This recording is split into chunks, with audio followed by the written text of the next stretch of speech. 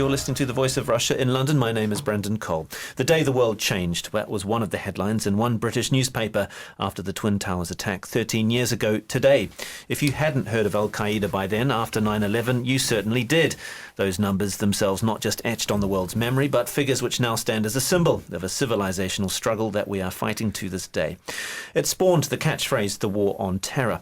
Two actual wars, one in Afghanistan and one in Iraq, ensued, as did a host of franchises that now exist throughout the world, from Western Africa to the Middle East via the Horn of Africa. From the march of Boko Haram in Nigeria, Al-Qaeda in the Maghreb, the Shabbab militia in the Horn of Africa, they are just some of the versions of this movement which aims to install a global caliphate under Sharia law. But of course this year has seen the inexorable rise of the group which now calls itself the Islamic State. Its brutality and savageness has shocked the world, and the prospective genocide of a sect in Iraq known as the Yazidis left the world and the West wondering just how to tackle it. Even this week, Abu Qatada, once described as Osama bin Laden's right-hand man in Europe, said the beheading of journalists undertaken by IS was against Islam. It highlights a split between IS and the previously dominant global strand of jihad known as Al-Qaeda. So 13 years on from 9/11, where is Al-Qaeda? Where is its cause? What about the West and its fight against it? Well, to discuss this and the issues surrounding it, I'm pleased to be joined by the American commentator Charlie Wolf. Also here in the studio is Samir Dathi. He's a national officer of the Stop the War Coalition. And on the line, Matthew Jamison, a consultant fellow at Royal United Services Institute. Warm welcome to you all. Charlie, 13 years on from 9/11. In hindsight, what do you think would have been a better response to the 9/11 attacks? We've had two wars and a pretty dominant global jihadi movement. It hasn't gone away. I still maintain that it was the right response. I think post the response, there were obviously mistakes made, but you'll find that in any war. But I think, this was obviously a monumental event, especially in my lifetime. I can't think of anything unless you go back prior generations to Pearl Harbor.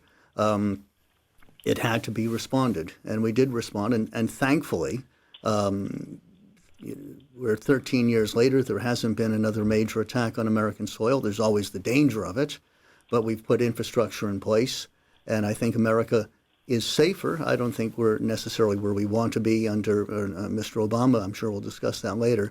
But yes, when someone makes an attack of that level, you have to respond. And I think again, something we'll get into later, I think when you don't respond, as we've seen with Syria and the rise of ISIL, or ISIS as they're known, you see what happens. So I think the case has been somewhat proven.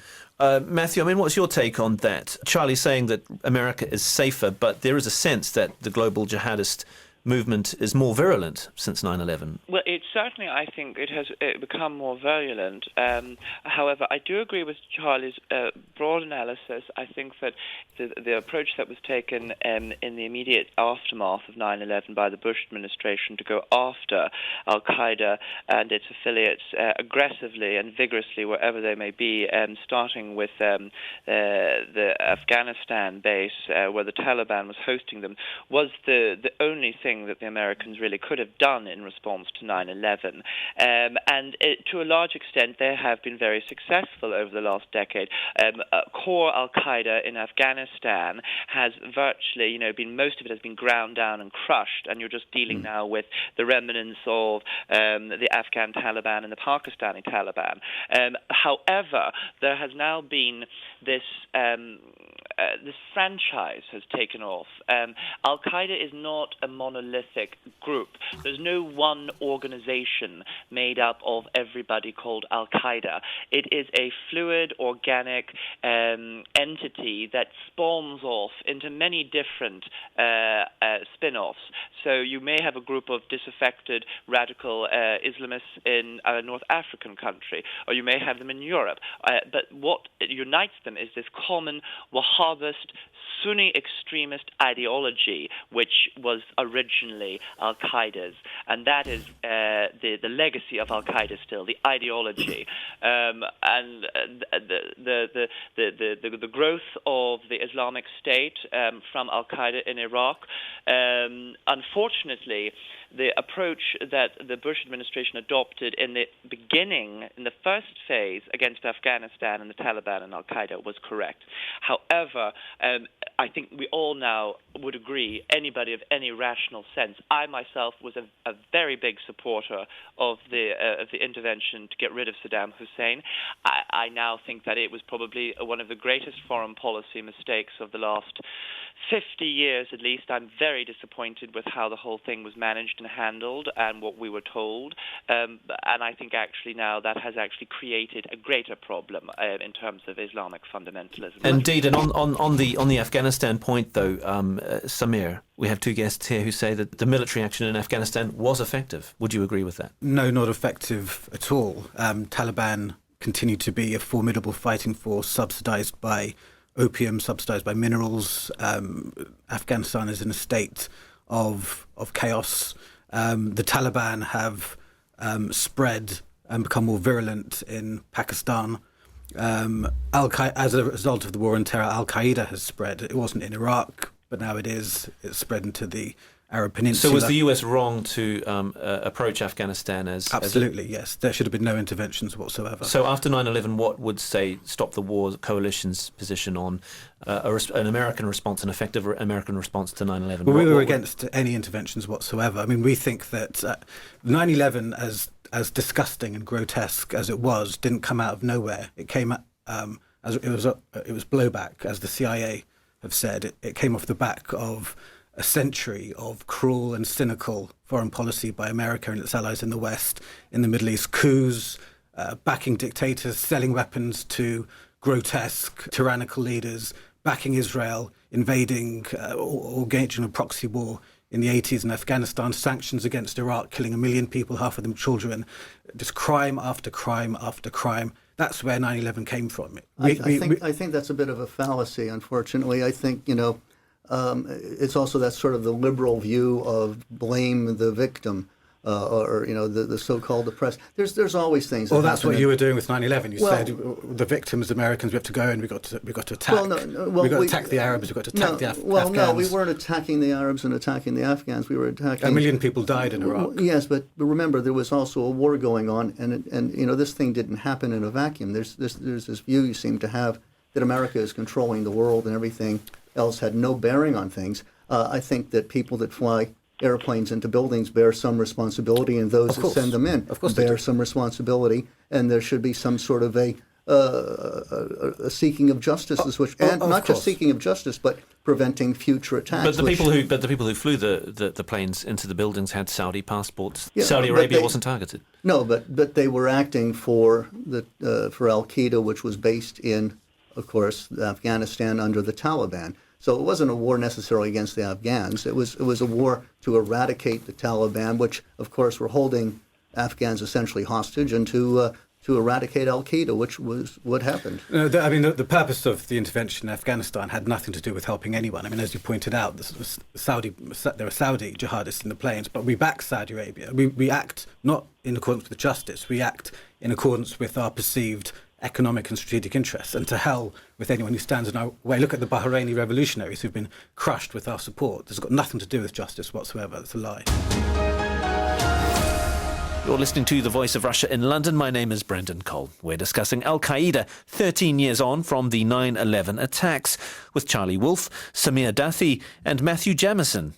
I suppose, Matthew, the problem is that if war was declared, or at least there was a response in Afghanistan following 9/11, but you're not really tackling the real issue, which was the fact that the terrorists were from Saudi Arabia. It was a war on terror that was never going to be won. I don't understand the position that no intervention can be undertaken whatsoever, even in self-defense. That just seems totally naive. Saudi Arabia is, of course, a tremendous problem. Where does all of this evil, warped poison that the Islamic State or Al-Qaeda believe in come from? It comes from Saudi Arabia. It comes from the Wahhabis.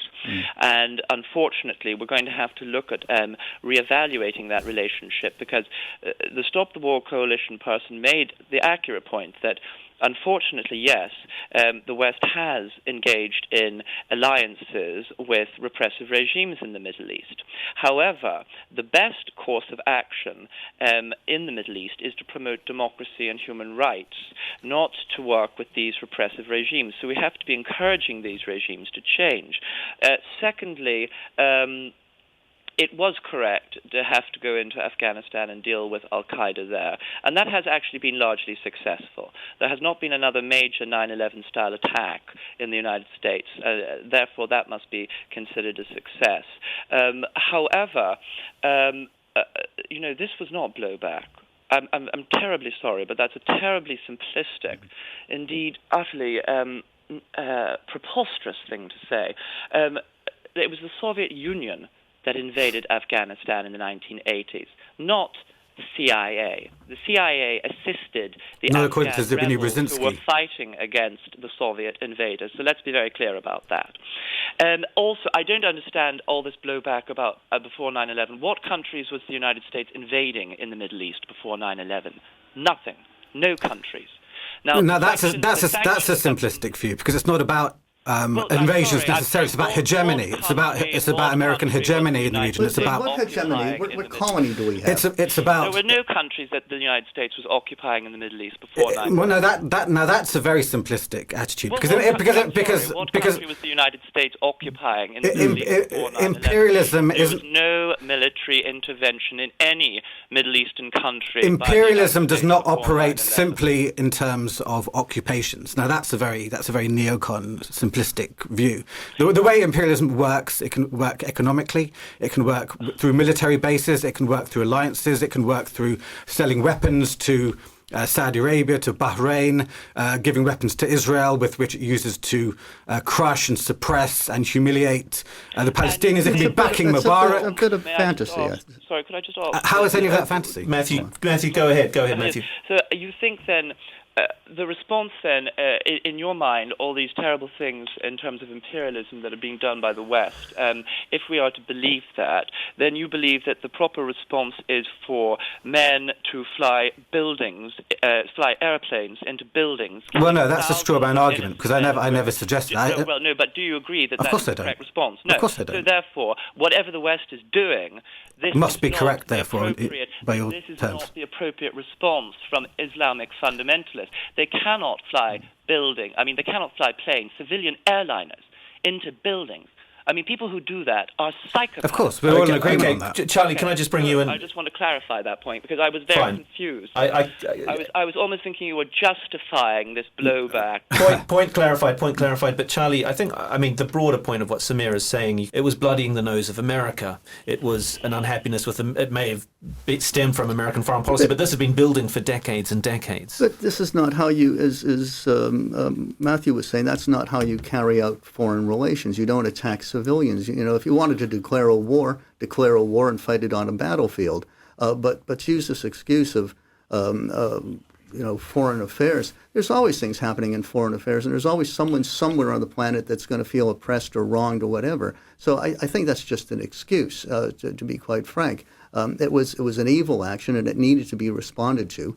And again, I fear, had it not been responded to, then it would have been worse. There would have probably been more attacks, because one of the things that bad actors realize, and if you come forward to the present day, is when there is no strength, when there's no leadership shown in the world, as Reagan called it, peace through strength, then bad actors know they can get away with murder. So was George Bush right to coin this term, war on terror? I think it's, by the fact that we all still use it, seems to make it right. Listen, if he had the time to do focus groups, then maybe they would have come up with something else. But this is the term that seemed to have come up. And yeah, is it the best term in the world?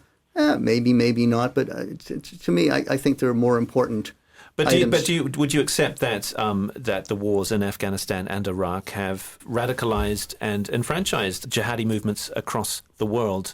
If there hadn't been, say, for instance, an invasion in Iraq, moving away from Afghanistan, we may not see the fundamentalist violence that we're seeing in Boko Haram and Shabbab and Jabhat al-Nusra.